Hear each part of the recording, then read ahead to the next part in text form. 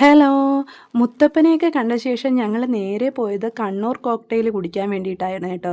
കണ്ണൂർ വരെ പോയിട്ട് കോക്ടെയിൽ കുടിക്കാതെ എങ്ങനെയാണ് തിരിച്ചു വരുന്നത്? അപ്പോൾ ഞങ്ങൾ കടയൊക്കെ അന്വേഷിച്ച് സ്ഥലത്തെത്തിയിട്ടുണ്ട് കേട്ടോ. നമ്മൾ കാറിൽ നിന്ന് ഇറങ്ങുന്നതിന് മുന്നേ തന്നെ സാധനം കയ്യിൽ കിട്ടിയിട്ടുണ്ട്, കോക്ടെയിൽ. അപ്പോൾ ഇനി അതൊന്ന് ടേസ്റ്റ് ചെയ്ത് നോക്കണം. ടേസ്റ്റ് ചെയ്തപ്പോൾ നന്നായിട്ടുണ്ടായിരുന്നു കേട്ടോ, നല്ലതായിരുന്നു. നമ്മൾ ഇത്രയും പ്രതീക്ഷിച്ചിട്ടില്ലായിരുന്നു കേട്ടോ ഇതിൻ്റെ ടേസ്റ്റ്. പക്ഷേ എനിക്ക് തോന്നിയത് നമ്മൾ വന്നത് മഴയത്തായിരുന്നു കേട്ടോ.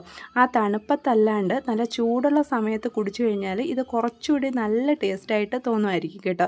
അപ്പോൾ ഞങ്ങൾ എന്തായാലും കുടിച്ച ശേഷം നേരെ ഷോപ്പിലോട്ടൊന്ന് കയറി നോക്കാമെന്ന് വിചാരിച്ചു.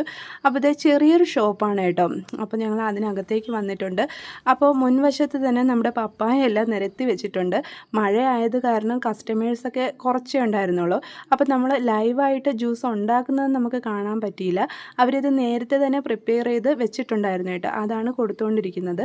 അപ്പോൾ ഷോപ്പിനകത്തൊക്കെ നോക്കിയായിരുന്നു കുറച്ച് സമയം. എന്നിട്ട് അവിടെ വന്ന കസ്റ്റമേഴ്സിനെയൊക്കെ നോക്കി നിന്ന ശേഷം നമ്മൾ വേറൊരു സ്ഥലത്തേക്ക് പോകാൻ വേണ്ടിയിട്ട് തിരിച്ചിറങ്ങിയിട്ടുണ്ട് കേട്ടോ. എന്തായാലും ലൈവായിട്ട് ജ്യൂസ് ഉണ്ടാക്കുന്നത് കാണാൻ പറ്റാത്തതിലൊരു വിഷമം ഉണ്ടായിരുന്നു.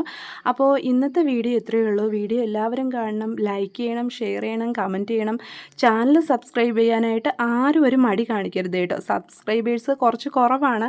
അപ്പോൾ നമുക്ക് അടുത്ത വീഡിയോയിൽ കാണാം. ഇന്നത്തേക്ക് നിർത്തുവാണ്. Okay, bye.